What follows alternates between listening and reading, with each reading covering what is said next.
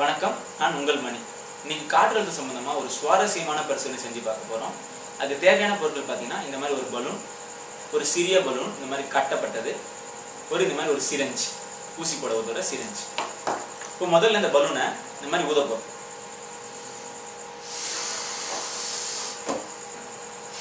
இது ஊதின உடனே பலூன் பெருசாச்சு. இது நம்ம எல்லாருக்கும் தெரியும். இந்த காற்றை வெளியெடுத்தா பலூன் சின்னதாயிடும். இது நமக்கு தெரியும். ஆனால் இன்னைக்கு இந்த மாதிரி ஒரு பலூனை இந்த மாதிரி கட்டிட்டோம். நல்லா கட்டியாச்சு. இப்படி ஒரு சிரஞ்சு, இந்த சிரஞ்சுக்குள்ள இந்த பலூனை முதல்ல போட்டுடும். இந்த மாதிரி போட்டுட்டு வச்சு இப்படி மூடிட்டேன். இப்போ இந்த சிரஞ்சை வெறுமை எடுக்கிறேன், எதுவுமே ஆகல.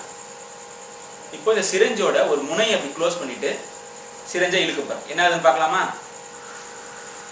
இப்போ பார்த்தீங்கன்னா பலூன் நல்லா பெருசாகிறது உங்களுக்கு எல்லாருக்கும் தெரியும்.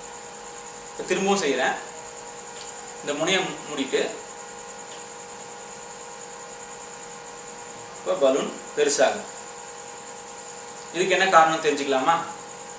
இந்த இடத்த நான் க்ளோஸ் பண்ணிட்டு இப்படி இழுக்கும்போது பார்த்தீங்கன்னா இந்த இடத்துல காற்றழுத்தம் ரொம்ப குறையும். அப்படி குறையும் போது காற்று என்ன பண்ணுன்னா எல்லாத்தையும் சமமாக்க முயற்சி செய்யும். இப்போ இந்த பலூனை நான் க்ளோஸ் பண்ணதுனால வெளிக்காற்று உள்ளே போக முடியாது. அதனால இந்த பலூனுக்குள்ளேயும் காற்று இருக்கிறதுனால அது பலூன்ல வெளிநோக்கி தள்ளுறதுனால பலூன் பெருசாகும்.